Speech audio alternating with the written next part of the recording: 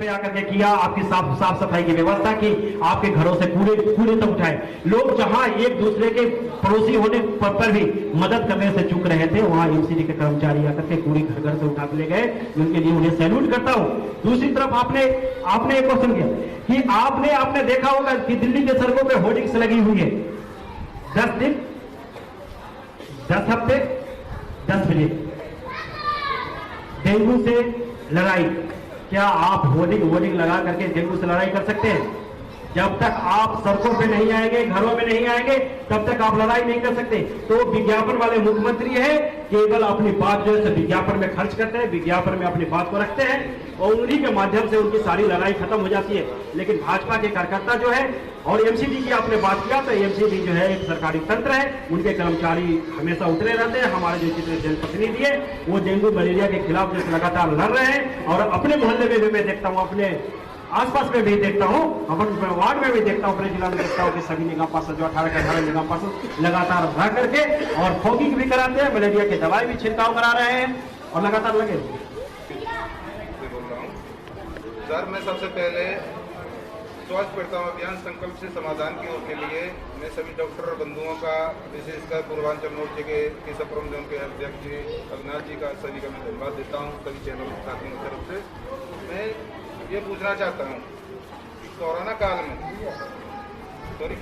में जो डॉक्टरों ने फ्रंटलाइन वर्कर के रूप में जो आप लोगों ने जो अपनी ड्यूटी निभाई है, अपनी जान की परवाह किए बिना आप अपने बच्चों से, परिवार से दूर रह के दिन रात आप लोगों ने जो मेहनत की है, उसके लिए मैं आप लोगों से सैल्यूट करता हूँ। लेकिन सर मैं आपसे ये जानना चाहता हूँ कि जो थर्ड वेव की जो आशंका व्यक्त की जा रही है, और मेरे अकॉर्डिंग में मीडिया के माध्यम से बोलना चाहता हूँ कि इस समय पॉलिटिकल बात करने का टाइम नहीं है, क्योंकि ये स्वास्थ्य प्रथम अभियान संकल्प से समाधान की ओर एक बन रही है, उनसे डॉक्टर लाइन का एक डायरेक्ट संपर्क स्थापित हो सके और वे अपनी बात, अपने दुख दर्द, किसी भी बीमारी की बात आप लोगों से एक आमने सामने शेयर कर सकें। तो मैं आपसे ये जानना चाहता हूँ कि जो थर्ड वेव है उसके संबंध में एम्स के डायरेक्टर गुलेरिया जी बोलते हैं कि इसमें कुछ परसेंटेज चांस हैं कि सेकंड जो वेव आई थी, यदि हम कॉन्शियस नहीं हुए तो ये भी थर्ड वेव काफ़ी घातक सिद्ध हो सकती है। इस संबंध में आप क्या कहना है? देखिए, हमने बहुत अच्छा सवाल किया है। ये इस स्वास्थ्य शिविर का संयोजक होने के नाते जब हम स्वास्थ्य की बात करते हैं तो सिर्फ शारीरिक स्वास्थ्य की बात नहीं करते। शारीरिक स्वास्थ्य के साथ साथ मानसिक, आध्यात्मिक, बौद्धिक, आर्थिक एवं सामाजिक स्वास्थ्य की बात करते हैं। और एक मनोचिकित्सक होने के नाते हमारा ये धर्म बनता है कि हम सिर्फ चिकित्सकीय सलाह सिर्फ ना दें, उसके साथ साथ में हम उनके सामाजिक जीवन में, उनके पारिवारिक जीवन में किस तरह की समस्या चल रही है जिससे कि उनकी मानसिक व्यथा हो रही है, इसके लिए काउंसलिंग भी हम लोग देते हैं। तो ये जो स्वास्थ्य शिविर है वो अपने आप में इस कारण भी अलग होता है कि सिर्फ यहाँ सिम्टम्स सुनकर उनका दवाई देना, तो ये तो एक पार्ट है, लेकिन साथ साथ में हम लोग इसके लिए काउंसलिंग भी करते हैं। और सिर्फ ना मैं बल्कि हमारे टीम के सारे डॉक्टर्स की ये एक आदत बन गई है, साथ हम उनका काउंसलिंग भी करें ताकि वो अपने पारिवारिक जीवन में, अपने सामाजिक जीवन में जिस तरीके की कठिनाइयाँ हो रही हैं उस कठिनाइयों से वो अच्छे तरीके से उनका समाधान ढूंढ सके। इसलिए इसका नाम स्वास्थ्य प्रथम अभियान है, लेकिन संकल्प से समाधान किए कि हम लोगों ने ये संकल्प किया है कि हमें स्वास्थ्य, शारीरिक स्वास्थ्य के साथ साथ और भी उनके जो स्वास्थ्य है उनका लिए समाधान उनको देना है। और इसके लिए हम लोग संकल्पकृत हैं और हम लोग का संकल्प सिद्धि की ओर जा रहा है। डॉक्टर साहब, मैं आपसे माननीय मुख्यमंत्री अरविंद केजरीवाल ने दिल्ली के जितने भी डॉक्टर हैं उनके लिए सामूहिक रूप से भारत रत्न की जो पेशकश की थी, क्या ये ग्राउंड पर इम्प्लीमेंट हो पाएगी? देखिए, पर इस तरीके का ये युक्ति संगत लगता नहीं है। भारत रत्न एक बहुत ही सम्मानित हमारा पुरस्कार है और ये अपने आप में इसलिए बताता है कि वैसे लोग जो हमारे भारत के लिए, पूरे देश के लिए एक रत्न साबित हों, तो ये हम लोगों का चिकित्सा एक सेवा जो है एक सेवा भाव होता है और हमारे पूरे देश में चिकित्सक हैं। अब सभी को यदि भारत रत्न दिया जाए तो ये संभव नहीं है, ये व्यक्तिगत चीज़ों को व्यक्तिगत मामले में दिया जाना चाहिए। तो मैं इससे सहमत नहीं हूँ कि सारे चिकित्सकों को भारत रत्न दिया जाए। सर, ये जो आपका पर मंथ जो थर्ड वीक में जो तीसरे हफ्ता में जो आपका जो कैंपेन है ये हर जगह लगेगा, क्योंकि ये आगे कितने दिनों तक की आपकी ये प्लानिंग है? ये निरंतर है, अभी कितने दिनों तो हो सकता है कि सालों साल चलता रहे। तो शुरू कर दिया है, उस पथ पे बढ़ते चले जा रहे हैं और ये कार्बन निकल गया है, लोग जुड़ते जा रहे हैं। सर, ये दिल्ली में है कि केशवपुरम जोन में ही विशेषकर? नहीं, पूरे ये देखिए, स्वास्थ्य की कोई सीमाएं नहीं होती। जिस तरीके से हम स्वास्थ्य को सीमा में नहीं बांध सकते, उसी तरीके से हम स्वास्थ्य शिविर को भी सीमाओं में नहीं बांधना चाहते। मैं आपने आपसे तो लोगों की जानकारी भी बढ़ेगी और लोगों की जागरूकता भी बढ़ेगी।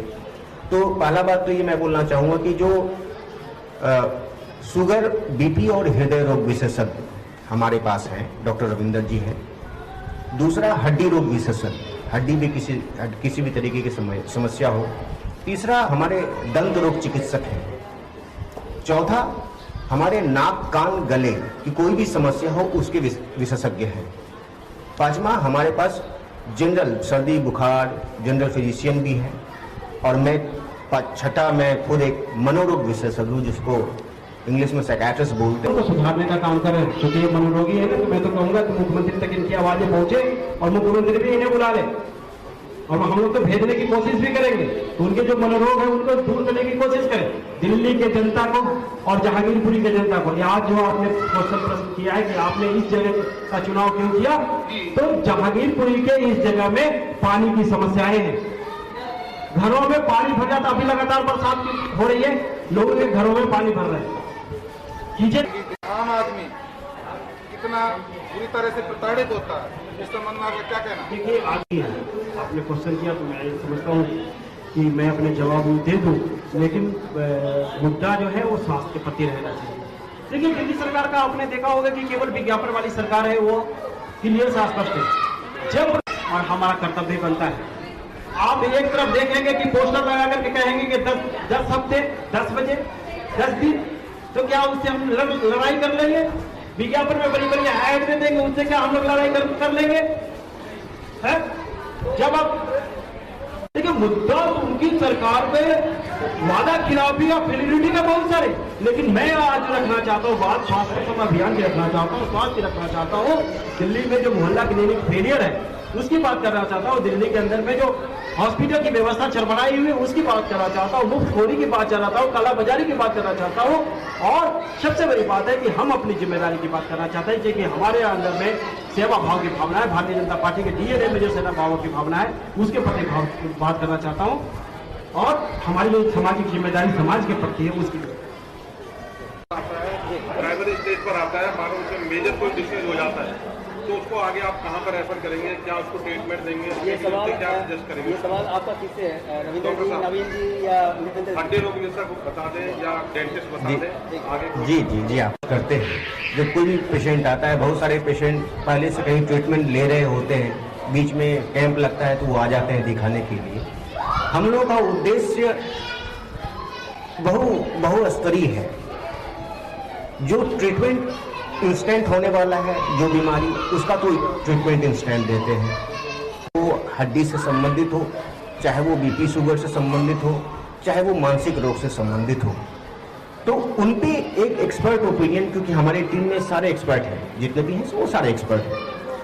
यदि बीमारी की गंभीरता ज़्यादा है, यदि हम उसमें कैंप में दवाई से हम उनका इलाज नहीं कर सक रहे हैं, या उसमें कुछ शल्य चिकित्सा लगेगी, या उसमें कुछ इंटरवेंशन लगेगा, जैसे कुछ अंदर इंडोस्कोपी करना है या कुछ और मेजर कुछ इंटरवेंशन करना है, तो उसके लिए हम सर आपसे कि आप इतने महंगे डॉक्टर हैं, अगर आम भाषा में, पब्लिक की भाषा में अगर बात किया जाए, आप बहुत महंगे डॉक्टर, आपके पास पहुँचना, आपके नज़दीक आना बहुत ही मुश्किल जनरली आमतौर से होता है। लेकिन आप एक ऐसे मिशन में शामिल हो गए जहाँ आप बहुत ही साधारण से साधारण इंसान आपसे मिल सकता है, बातचीत कर सकता है, शुभ दुख खास करके स्वास्थ्य से रिलेटेड मुद्दा उठा, जहाँ पे मैं अपनी सर्विसेज फ्री दे पाऊँ लोगों को, और यही इच्छा रखते हुए मैंने काफ़ी कोशिश भी की गई, लेकिन कभी कोई ऐसी संस्था नहीं मिली जहाँ से मैं इस तरह से लोगों को डायरेक्ट अप्रोच कर पाऊँ। लेकिन वो एक सही है ना, देयर इज ए वे। तो उसके बारे में डॉक्टर निवेंद्र साहब मिले, उन्होंने हमें इस संस्था के बारे में बताया, हम इससे जुड़े और अब कोशिश करते हैं कि जहाँ तक हम पहुँचा सके अपने सर्विसेज को हम पहुँचाएँ। और आज भी हमारा तो यही नारा है कि पंक्ति के आखिरी बंदे तक हमारी सेवाएं पहुँचे और कोई भी हमारे पास से मायूस ना जाए। वो डॉक्टर निवेंद्र जी ने आपको दी जी। और खास करके जो सर से मैंने सवाल किया वही आपसे भी, आप भी बहुत महंगे डॉक्टर हैं, इजी स्लो होने वाले नहीं, लेकिन आप एक प्रथम से लेके आज चौथा और फिर 5वां संडे को हम लोग मिलने वाले हैं, बिल्कुल इजी स्लो है। तो के डायरेक्टरी में उनके निर्देशन में ऐसा तो लगा मिल के काम किया है। देखिए, अच्छा हुआ आपने मेरे से सवाल किया। मैं आपको याद दिला दूँ कि ये सवाल आपने पहले कैंप में भी किया था, जब हमने फर्स्ट अपना शिविर लगाया था, तो आपका ये सेम सवाल था कि डॉक्टर साहब कब तक चलेगा। तो हमने बोला ये चलता रहेगा, बस आप जुड़े रहिएगा, ठीक है। तो ये हमारी बहुत पहले से प्लानिंग थी, पर ये था ना कि हर चीज़ का एक सही टाइम आता है। हम लोगों को बहुत पढ़ाई करनी पड़ती है, फिर अपने आप को इस काबिल बनाना पड़ता है। तो उस सही टाइम का वेट था कि जब भी कभी ऐसा मौका मिलेगा हम डेफिनेटली ये चीज़ करेंगे।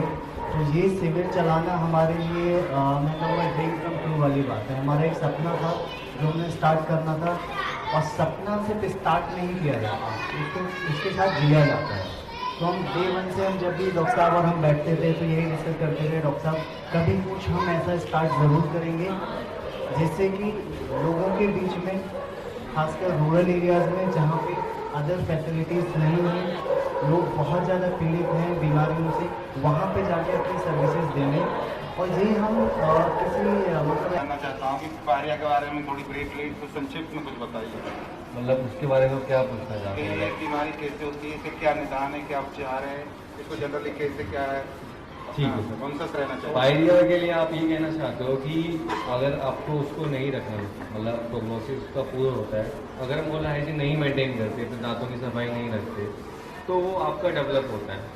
पायरिया इसी वजह से होता है, या किसी के दांतों में गैप होता है, दांत आगे पीछे होते हैं, कोई जैसे कुछ पेशेंट्स होते हैं ब्रश नहीं करते, कुछ आप जैसे रूरल एरियाज में जाओगे तो कुछ पेशेंट बुल्क यूज़ करते हैं, इट्स लाइक अ ड्रग।